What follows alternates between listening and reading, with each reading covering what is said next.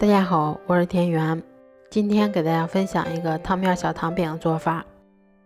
首先我们准备240克的普通面粉，然后再少量多次的加入大约180克的开水。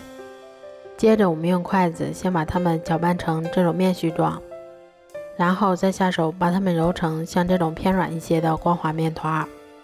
接着我们在小碗里面先加入20克的白糖，然后再加入15克的普通面粉。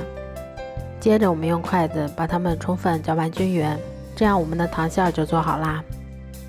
揉好的面团我们先用手把它搓成长条，然后再用刀把它切成大小均匀的小剂子。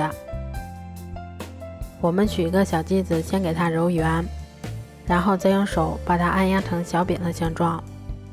接着我们再包入适量的糖馅，然后用虎口处先把它慢慢的往里收紧，最后我们再把它按压成小饼的形状，这样我们的生胚就做好啦。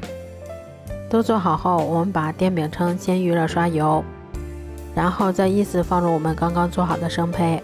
接着我们在表面先刷上一层食用油，防止水分的流失。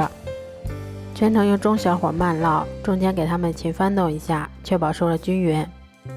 最后一直烙至两面金黄后就可以出锅啦。这样做出的汤面小糖饼吃起来非常的柔软香甜，而且做法也非常的简单快速，用来当做早餐也是很好的选择。